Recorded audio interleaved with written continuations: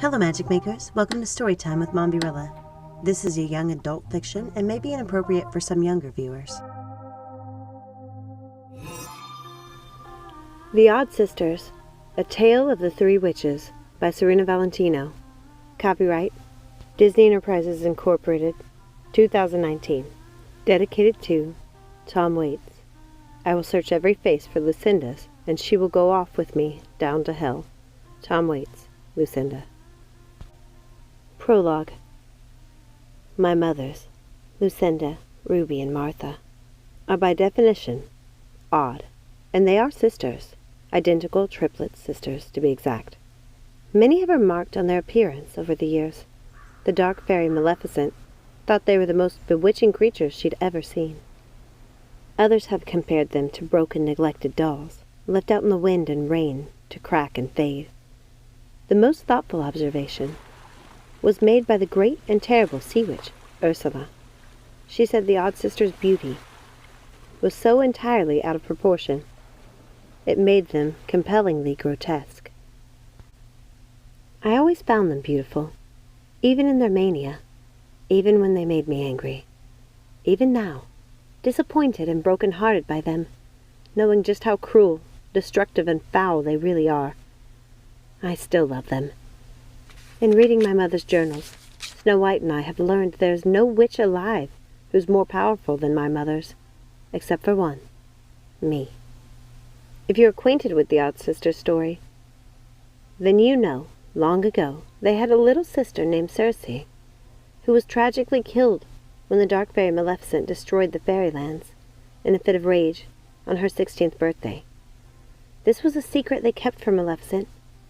Lucinda, Ruby, and Martha were so desperate to bring their little sister back to life that they gave up the very best parts of themselves to create a new Cersei, a replacement for the sister they had lost, me. I was no longer their sister, but their daughter, a daughter created by magic and by love. My mothers would do anything to protect me, and they have unflinchingly over the years. They wreaked havoc and chaos, destroying everyone and everything in their path, all in the name of protecting me, their Cersei. All my life I believed them to be my sisters, and they were there to watch over me, keeping me safe, even from the smallest things.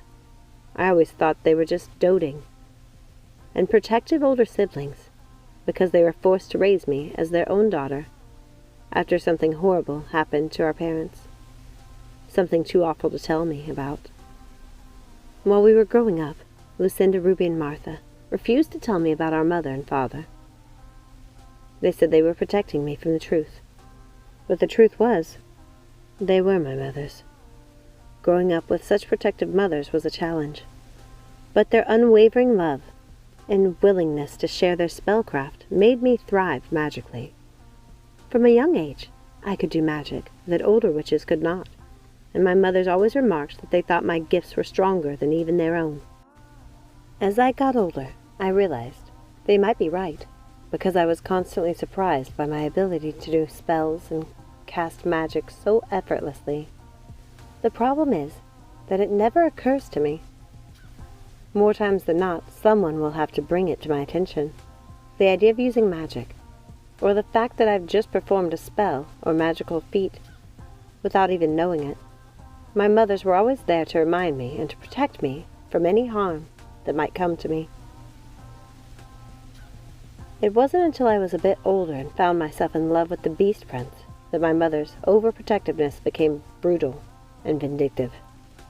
The prince broke my heart, and my mother's, well, they wanted to destroy him in return. I remember the day I told them I'd fallen in love, and how they flew into a panic. They convinced me to partake in a ruse that would prove to me that this man wasn't worthy of me. I went along because I trusted his devotion to me, and I would do anything to convince them of his honest intentions. So I dressed like a pig farmer's daughter. I mucked about with the beast and waited for my prince to find me. It was he who ended up being a beast. He reacted exactly as the Odd Sisters had expected.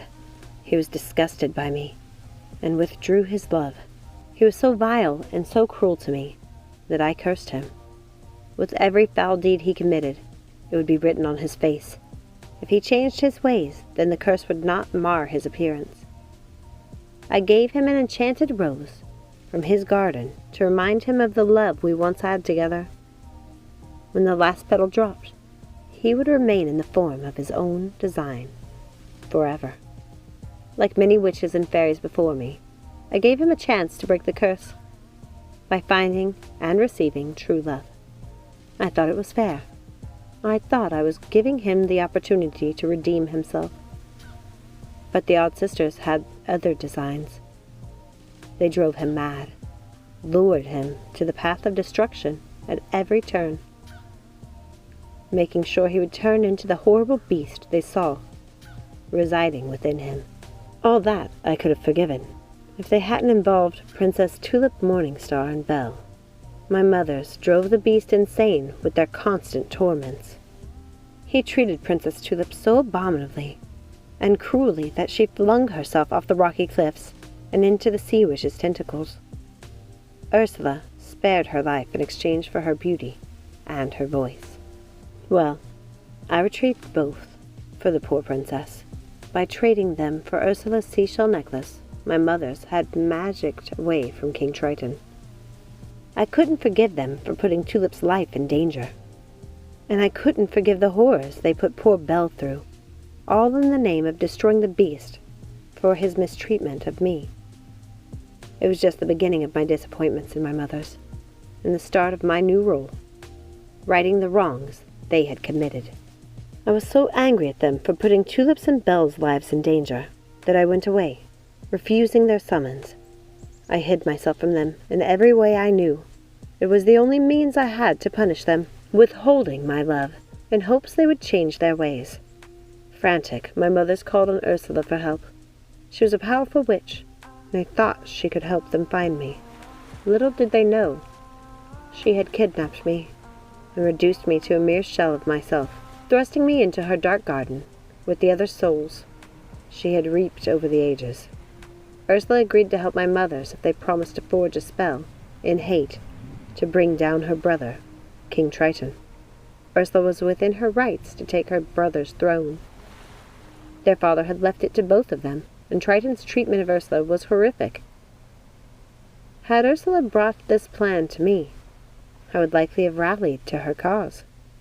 But I could never have allowed myself to be bound in hate, or agreed to hurt Triton's youngest daughter, Ariel. Maleficent, my mother's longtime friend, warned them not to become entangled in Ursula's affairs. She warned them that Ursula couldn't be trusted, that the spell was dangerous. They didn't listen, as they often don't, ignoring the signs that Ursula wasn't the witch they had grown to love over the many years of their friendship. Blinded by their obsession with finding me, they went along with her plan to destroy Triton. All this I could have forgiven if they hadn't tried to kill Ariel. Once my mothers found out Ursula had taken my soul and put me in her garden, they became enraged. They reversed the spell they had created in hate to rebound on Ursula, killing her and nearly destroying the lands and themselves in an attempt to save me. But they didn't anticipate what it would do to them. They couldn't predict that it would leave their bodies slumbering under the glass dome of the solarium in Morningstar, and their souls residing in the dreamscape. That is where they remain to this day. The magnitude of this spell brought Maleficent to Morningstar. She hoped to find someone powerful enough to make sure Prince Philip would not break the sleeping curse she had placed on her daughter, Aurora, on the day of her christening. The curse was to take effect on her 16th birthday, which was fast approaching. Maleficent was afraid when Aurora turned 16 she would come into her powers, just as Maleficent had, in a blaze of anger and fire. She was terrified for her daughter and wanted to spare her the heartbreak of destroying everyone and everything she'd ever loved, just as Maleficent had done. I hadn't known my mothers were so close to Maleficent that they had known and loved her when she was young. I didn't know they helped her create a child, Aurora, Maleficent's shining star. A spell that would be Maleficent's ruin, as it has been my mother's ruin, since they created me in the same fashion. So I decided to keep my mother's in the dreamscape until I could determine what to do. All I asked of them was that they sit and be quiet and not meddle.